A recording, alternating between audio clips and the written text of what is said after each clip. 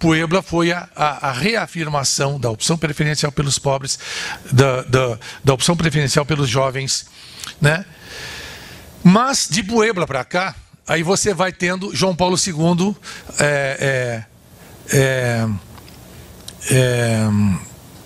em Puebla, ele foi, digamos assim, ele sofreu a influência muito forte do povo. Foi uma coisa interessante, porque marcaram para ele o seguinte: Cidade do México, da Cidade do México você vai para Puebla, de los Pueblos, né? Que é Puebla de los... Puebla, né? Aí ele vai e não deixaram ele falar com o povo, né? Não deixaram ele nem ver o povo da Cidade do México. Então o que ele faz? Ele vai, só que acontece que o povo queria ver ele. Então, da Cidade do México até Puebla, o povo faz uma fila, dos dois lados, com a vela acesa, né? Para vê-lo passar.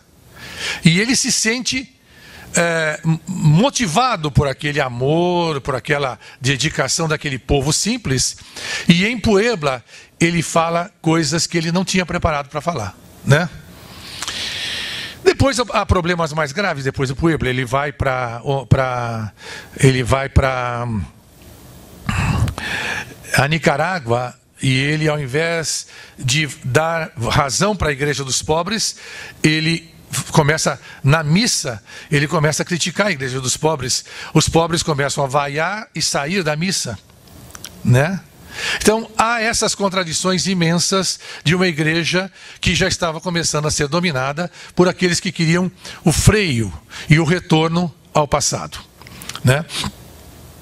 Tudo isso vai acontecendo e vai chegar, por exemplo, em Santo Domingo. Santo Domingo foi montado pelo cardeal, que eu falei o nome dele, o Trujillo.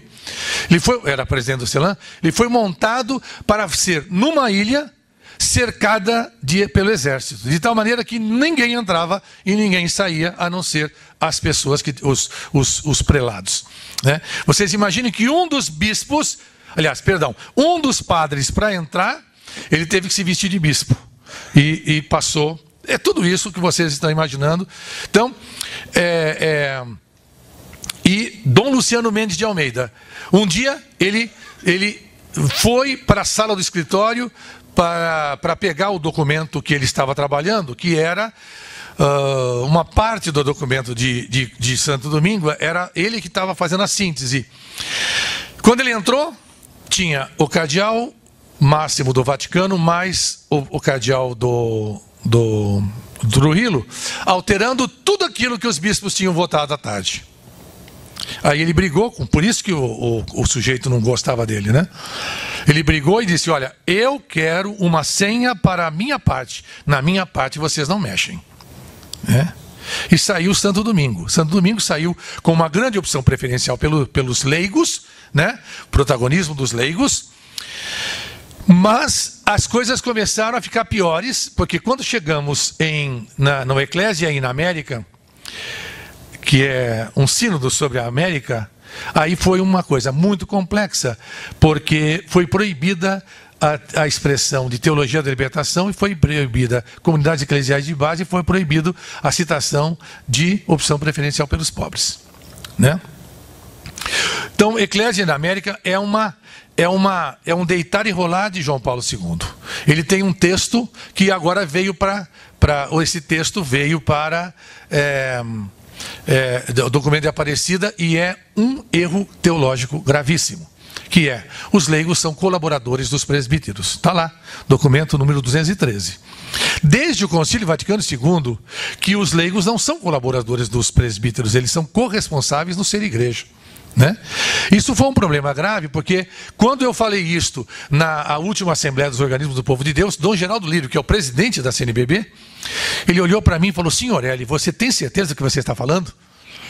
Eu falei: lógico, número 213. Ele abriu. Quando ele abriu o 213, ele disse assim: como nós deixamos escapar uma coisa destas? Eu estou falando do presidente da CNBB, tá? Como nós deixamos escapar uma coisa dessas? O concílio já tinha acabado com isso, lá no concílio, na década de 60. E nós viemos de novo com essa história de que os leigos são colaboradores dos presbíteros, né? Houve um problema. Então, ao longo da década de 90, você tem a redução da presença, da importância do laicato e a exposição cada vez mais forte da presença do presbítero, né? Do insubstituível valor do ministério sacerdotal. E é uma coisa interessante, né? Que o destaque antes era o ministério presbiteral. E depois passou a ser ministério sacerdotal. E vocês estão vendo o ano sacerdotal, etc., né? Então, o que você tem uma igreja com João Paulo II extremamente crítica a todo e qualquer movimento social, porque para ele movimento social representava comunismo, e ele tinha vivido o comunismo, e logicamente ele não queria aquilo, tanto que ele é um dos artífices da implosão do comunismo, né? A partir da Polônia.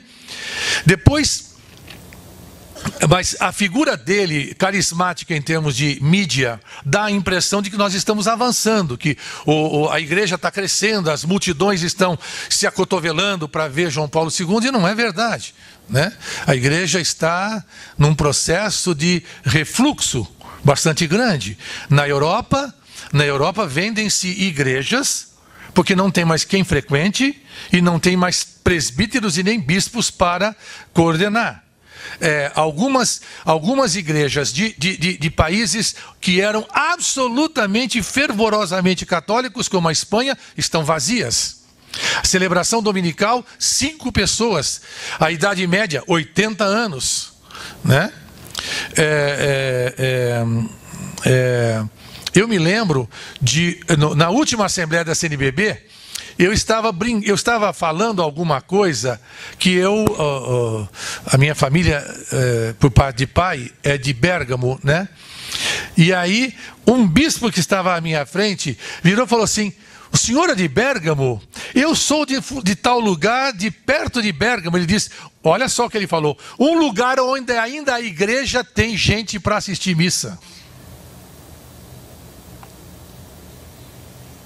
O problema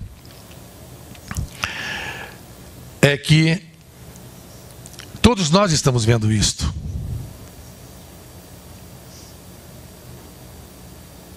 Mas nós não estamos agindo, né? Nós não. Eu não vou falar muito mais sobre isso, não posso, porque há muita coisa que mereceria uma reflexão séria, mas muita gente pode achar que o que eu estou fazendo não é uma reflexão séria, né? Mas é o nosso pensamento. Eu sei que vocês pensam, porque na Assembleia dos Organismos do Povo de Deus, em novembro, os leigos se revoltaram. Porque a Assembleia dos Organismos é bispos, presbíteros, diáconos, religiosos, religiosas, leigos e leigas, né? É a liderança da igreja no Brasil. E os leigos disseram, nós queremos refletir seriamente a formação dos presbíteros.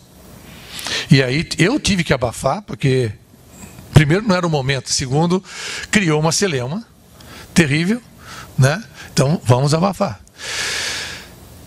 Se nós estivéssemos conversando sozinhos, vocês teriam mais coisa a falar do que eu, né? Mas o problema todo nós entramos exatamente num ponto grave da nossa reflexão, né?